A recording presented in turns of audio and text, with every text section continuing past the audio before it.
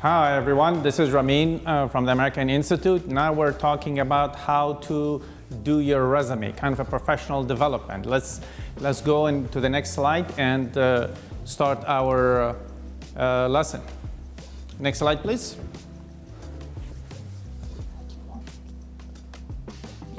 So while that's going on, okay, so the first thing that you need to know, what's the difference between a CV and a resume? So a resume is a one-page brief description of your experiences and et cetera, et cetera. CV in curriculum vitae is more a descriptive set of documents that talks about what you have done, and it basically gives you more details about the exact work that you have done. And it could be 2 pages, could be 5 pages, could be 6 pages. Mine is a 5-page, so is my CV. Resume, 1-page brief description. Next, what is the purpose of a resume or a CV? It's not to get you a job, it's to get you an interview, okay? CVs don't get you jobs, that get you interviews. So for that, and let's talk more about how to set it up. So the other thing that, could we go back to the first slide?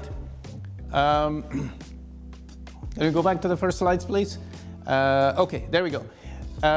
Employees don't have so much time to spend on looking your resume or your CV. You need to have an impeccable CV so that in the first 30 seconds, your CV sets to be set aside, not thrown to the trash or garbage. So we'll talk about what are some of those things that you need to put on your CV or your resume.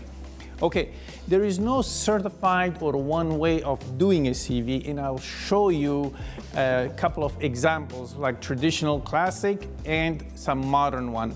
The next one is you have to tailor your resume. We'll talk about that a little bit more. And I also want to recommend CV Builders and Canva as 2 places where you could actually build your resume so you could see what it is. So let's go to the next slide. And okay, so there we have your classic resume. You have your address and name on top, and then a little bit of description and everything about you right here. Now, in the more modern version, it's a little bit different. You could definitely see that your name is a little bit lessened. A lot of people right now are not using the address because nobody is going to send you mail. So it's much better that you have an email or LinkedIn.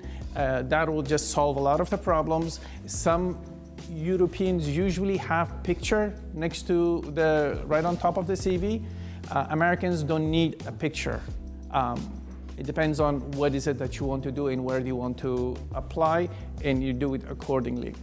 And some people, they put down, like for example, hobbies. And if you have a full resume, don't put hobbies. Sometimes hobbies could be a conversation starter and a filler. In other cases, it could just take up space and it'll be like unused information. So you go accordingly. If you have space on your resume or in your CV, you could put your hobbies. Otherwise, you could cut it. All right, let's go to the next slide and see a little bit more. All right, 8 parts of the resume. So we're gonna do this quickly. So first would be to have your name and your contact information. Definitely some sort of contact information is necessary. Then your what you have done, like the work, job title, and date that you have worked from this date to this date. So that's really important. And then a more descriptive, and of course your education, your experiences, any sort of degrees you had, prizes and all of that. And of course, some of the skills you had, typing, driving, you know Canva, you know, I don't know, Python, whatever. So you could just put that in there. Let's go to the next slide, please. Okay, so resume do's. Okay, so one of the things that people do is usually put everything and they apply to everything. No, you have to focus on what you want to do, what kind of jobs.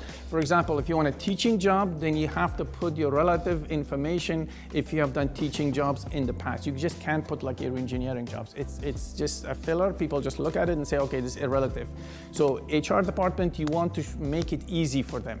So that's why it's really important that you put the most important information relative to that job. You can't have one CV or one resume. You have to change it accordingly, and you cannot apply to everything.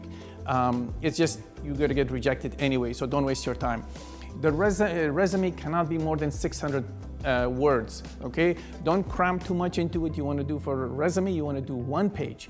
And description, so if I like you, I'm just gonna, put you on a short list and then call you. And skills. Okay, don't put down that I'm a team player and all of that. That doesn't make any sense. You have to put your result-oriented work. So for example, I have achieved this. I was part of a sales group that made 30% more this year than last year. Or I have achieved this and I've got this, something like that. So something tangible that that people say, oh, okay, you have been part of a team. The other thing, like some of your interests, okay, I mean, you can't put too much, but it's fine. The other things that you want to remember to do is an impactful cover letter. So in the cover letter, you need to mention the relative jobs that you have done that's specific to this particular job that you are applying for. Okay, now I have actually hired hundreds of people during my career, and these are some of the do's and don'ts that I could tell you. Make it brief, don't cram too much into it, and use impactful verbs and words and achievement that you have done. I'm interested in your skills and what you can do for me. Okay, so remember that and the next time, and I wish you good luck. Thank you.